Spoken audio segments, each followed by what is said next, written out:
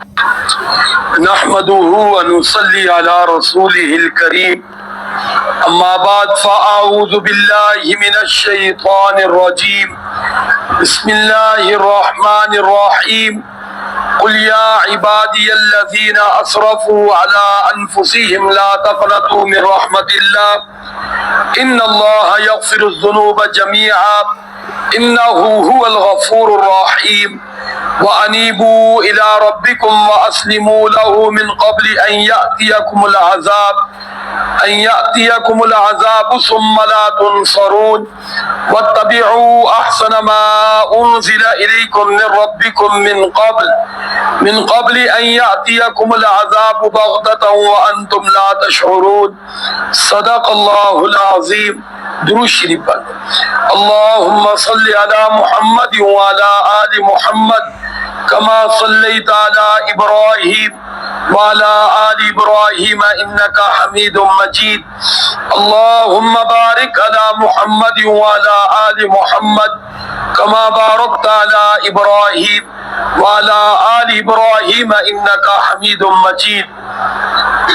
24واں پارہ سورۃ الزمر رکوع نمبر 6 شروع ہو رہا ہے اور ابتدائی رکوع نمبر 6 کی 3 آیات مبارکہ تلاوت کی گئی ہیں اور سورت کی آیت نمبر 53، 54 اور 55 تلاوت کی گئی ہے۔ اللہ رب العزت نے 3 عام مضمون 3 آیات میں ذکر فرما دیے۔ پہلی آیت میں مضمون مغفرت عامہ کہ تمام گناہ گاروں کے لیے مغفرت کا اعلان، اور دوسری آیت مبارکہ میں مغفرت کی شرائط، 2 شرائط ہیں مغفرت کی، اور تیسری آیت مبارکہ میں قرآن مجید فرقان حمید جو سب سے بہترین بات ہے اس کی اتباع کا حکم دیا گیا ہے۔ اللہ رب العزت کے ارشاد مبارک ہے قل اے محمد صلی اللہ علیہ وسلم یا عبادی الذین اسرفوا علی انفسہم کہ میرے ان بندوں کو خوشخبری سنا دو، میرے ان بندوں سے کہہ دو کہ جنہوں نے میری نافرمانی کر کے اپنی جانوں پہ ظلم کیا، زیادتی کی۔ یقیناً جب کوئی انسان اللہ کی نافرمانی کرتا ہے تو وہ اپنی جان پہ ظلم کرتا ہے، کیونکہ اس نافرمانی کا وبال اس کو پہنچے گا اگر اس نے توبہ نہ کی، اللہ سے معافی نہ مانگی۔ تو اس لیے فرمایا میرے ان بندوں سے کہہ دو لا تقنطوا من رحمت اللہ، میری رحمت سے مایوس نہ ہو۔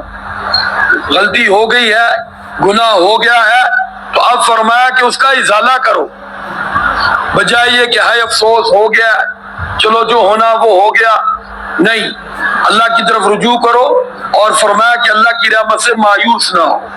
کیوں؟ اللہ رب العزت نے اپنی شان بیان فرمائی کہ ان اللہ یغفر الذنوب جميعا، کہ بے شک جس کو تم اپنا رب، اپنا معبود، اپنا خالق مالک یعنی اللہ تعالیٰ کو جو مانتے ہو وہ تمام گناہوں کو معاف کرنے والا ہے۔ تمام گناہوں، کسی آدمی کی کہ گناہ سمندر کی جھاگ سے بھی زیادہ ہو، کائنات کے ریت کے ذروں سے زیادہ ہو، درختوں کے پتوں سے زیادہ ہو، آسمان کے ستاروں سے زیادہ ہو، تو فرمایا کہ اس کو مایوس نہیں ہونا چاہیے۔ اگر وہ رب سے معافی مانگتا ہے تو اس کا رب سارے معاف کرنے والا۔ فرمایا کہ انہ هو الغفور الرحیم، کہ اس کی شان یہ ہے کہ وہ بہت بخشنے والا، بڑا مہربان ہے۔ پھر اللہ رب العزت نے شرائط بیان فرمائی کہ کس کے گناہ معاف کرتا ہے، وَأَنِيبُوا إِلَىٰ رَبِّكُمْ، فرمایا رجوع کرو اپنے رب کی طرف۔ اب یاد رکھنا رجوع کا طریقہ یہ ہے کہ زبان پر استغفار ہو، ندامت ہو، اور آئندہ نہ کرنے کا پورا عزم ہو، اور جو کیا ہے اس سے الگ ہو جائے، اس کو چھوڑ دے۔ استغفار زبانی قول کا نام ہے اور توبہ عمل کا نام ہے۔ کہ بے نمازی تھا تو نماز شروع کر دے، زبان سے استغفار ہو کہ آج تک جو میں نے نماز نہیں پڑھی اس پر میں شرمندہ ہوں، استغفر اللہ استغفر اللہ، اللہ مجھے معاف کر دے۔ اور اب توبہ یہ ہے کہ نماز کی طرف آ جائے۔ جھوٹ بولتا ہے، توبہ یہ ہے زبان پر استغفار ہو اور جھوٹ کو چھوڑ دے۔ تو توبہ عمل کا نام ہے اور استغفار زبان کے بول کا نام ہے۔ غیبت کرتا ہے، اب زبان سے اس پر استغفار ہو، اور توبہ یہ ہے کہ اس غیبت کو چھوڑ دے۔ اللہ رب العزت فرماتے ہیں وَأَنِيبُوا إِلَىٰ رَبِّكُمْ، رجوع کرو اپنے رب کی طرف، پلٹ آؤ اپنے رب کی طرف، اور وَأَسْلِمُوا لَهُ، اس کی فرما برداری کرو۔ دو شرطیں ہیں توبہ کی، ایک اللہ کی طرف پلٹ آنا، اور پڑھنے کا مطلب وَأَسْلِمُوا لَهُ، اس کی فرما برداری کرنا۔ اور فرمایا من قبل اس کے کہ ان یاتیکم العذاب، کہ تم اللہ کی نافرمانی میں ہی مبتلا ہو اور اللہ کا تم پر عذاب آ جائے، اور اگر عذاب آ گیا تو پھر توبہ شوبہ والا معاملہ ختم ہو جائے۔ یہ عذاب آنے سے پہلے توبہ کرنی ہے۔ من قبل ان یاتیکم العذاب، قبل اس کے کہ تمہارے پاس عذاب آئے، اور ثم لا تنصرون، پھر تمہاری مدد نہیں کی جائے گی، کیونکہ جب اللہ کسی کو پکڑتا ہے تو پھر اس کو کوئی چھڑوا نہیں سکتا۔ پھر اللہ رب العزت فرماتے ہیں تیسری بات وَاتَّبِعُوا أَحْسَنَ مَا أُنزِلَ إِلَيْكُم مِّن رَّبِّكُم، اتباع کرو تم احسن، اس بہترین بات کی، ما انزل الیکم من ربکم، جو تمہارے رب کی طرف سے تمہارے لیے نازل کی گئی۔ وہ بہترین بات یہ قرآن مجید فرقان حمید۔ یقیناً جو قرآن کو پڑھتا ہے، قرآن کی اتباع کرتا ہے، اس کو بعض گناہوں کی فرصت ہی نہیں، اس کو غلط کام کی بولو فرصت ہی نہیں، اس کو غیبت کرنے کی فرصت ہی، اس کو کسی کے بارے میں سوچنے کی فرصت ہی نہیں۔ ہاں جو فارغ ہوگا اس کو شیطان اچک لے گا اور اس کو غلط کاموں پہ لگا دے گا۔ یا پھر وہ بات یاد آ گئی، ہمارے استاد محترم اللہ تعالیٰ حضرت استاد جی مفتی محمد حسن صاحب مد ذل علیہ کے صحت کاملہ عاجلہ مستمرہ نصیب فرمائے، وہ فرمایا کرتے ہیں جتنا مصروف اتنا محفوظ، یعنی جتنا اپنے آپ کو مصروف کر لو نیک کاموں میں اتنا گناہوں سے محفوظ ہو جاؤ، اور جتنا اپنے آپ کو نیک کاموں سے الگ کرو گے اتنا گناہوں میں مبتلا ہو جاؤ۔ اب ایک آدمی تسبیح پڑھتا رہتا ہے، اب بتاؤ وہ ذکر غیبت کرے گا؟ نہیں۔ جھوٹ بولے گا؟ نہیں۔ فضول باتیں کرے گا؟ نہیں۔ وہی کرے گا جو زبان سے ذکر نہیں کرے گا۔ اب کوئی آئے گا، کوئی نہ کوئی بات شروع ہو جائے گی، کسی کی غیبت شروع ہو جائے گی، کوئی نہ کوئی جھوٹ بول بیٹھے گا، ہاں جی، کوئی نہ کوئی کہے گا میری زبان سے نکل گیا، ایسا جملہ کہہ بیٹھے گا جس سے ہمیشہ کا کردار ختم ہو جائے۔ تو بھائی اس زبان کو ذکر میں لگا دو۔ اب کوئی آئے گا بات کرے گا، وہ خود ہی چپ ہو جائے گا، کیونکہ یہ تو ذکر میں مشغول ہے۔ اسی طرح آپ بیٹھے ہیں، آپ قبلہ رخ ہو کر آنکھیں جھکا کر اپنے دل پہ نگاہ رکھیں، ہے جی، وہ غلط چیز دیکھنے کی فرصت ہی کوئی نہیں۔ اسی طرح کسی اچھے کام میں، محنت مزدوری میں یا اور کام کاج میں مصروف ہے تو کسی گناہ کی ہمارے پاس فرصت ہی کوئی نہیں۔ تو اس لیے یہاں فرمایا کہ اتباع کرو قرآن مجید فرقان حمید۔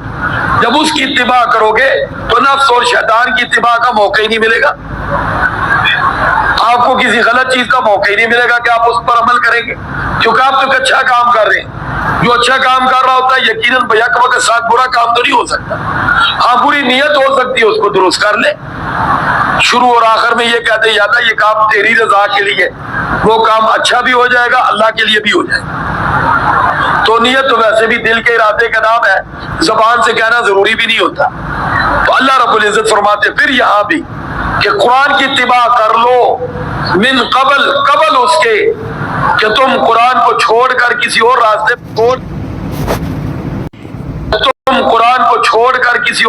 پہ ہو، اور ان یاتیکم العذاب بغتہ، اور تمہارے پاس اچانک عذاب آ جائے، اور پھر کہو ہائے ہمیں تو موقع نہیں ملا، ہم نے تو قرآن پڑھنا تھا، ہائے مجھے موقع نہیں ملا، میں نے تو سپارہ پڑھنا تھا، میں نے تو قرآن کی فلاں بات کو ماننا تھا۔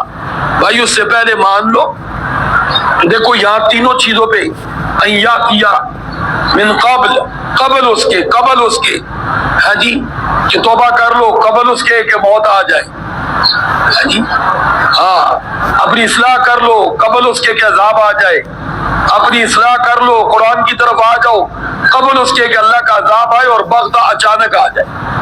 جیسے آپ دیکھتے ہیں اچانک ہی مصیبت آتی ہے، اچانک ہی کوئی نہ کوئی حالات پلٹا پلتے ہیں اور انسان کی چیخیں نکل جاتی ہیں، کہتے پتہ نہیں کیا ہوا، بیٹھے بیٹھے درد شروع ہو گئی، بیٹھے بیٹھے سر میں شروع ہو گئی درد، بیٹھے بیٹھے دل میں درد شروع ہو گئی۔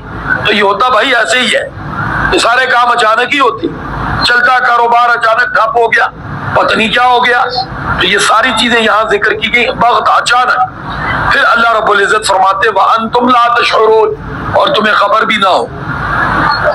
بس تم آج کل کرتے رہو، آج سے نماز شروع کرنی ہے، کل سے نماز شروع کرنی ہے، آج سے نیک بن جانا ہے، کل سے نیک بن جانا ہے، عمرے پہ جانا ہے، بس اس کے بعد نماز نہیں چھوڑنی.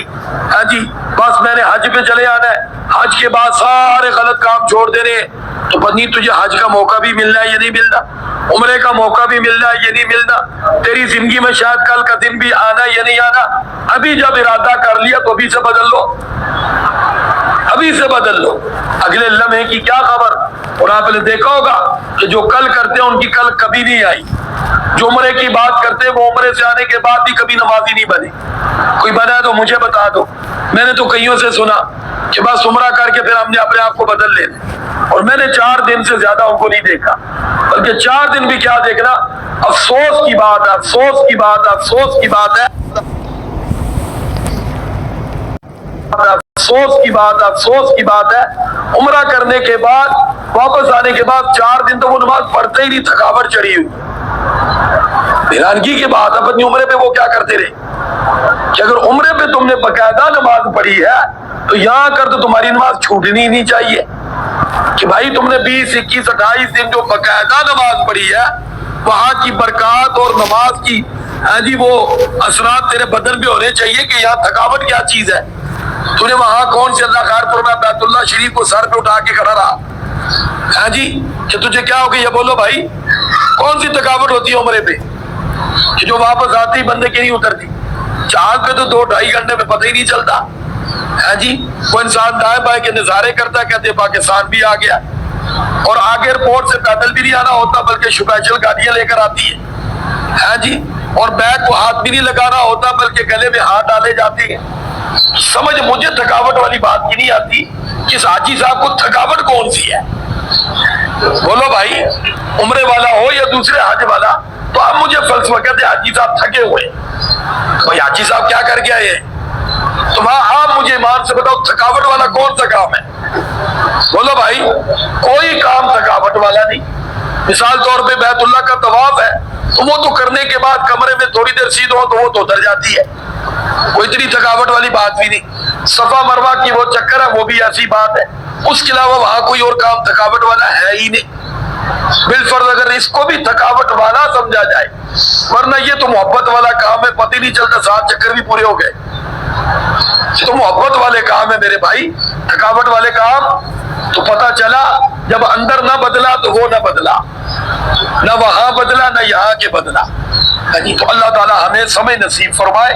تو اللہ نے بھی یہاں فرما دیا کہ یہ نہ ہو کہ تمہیں شعور بھی نہ ہو، سمجھ بھی نہ ہو.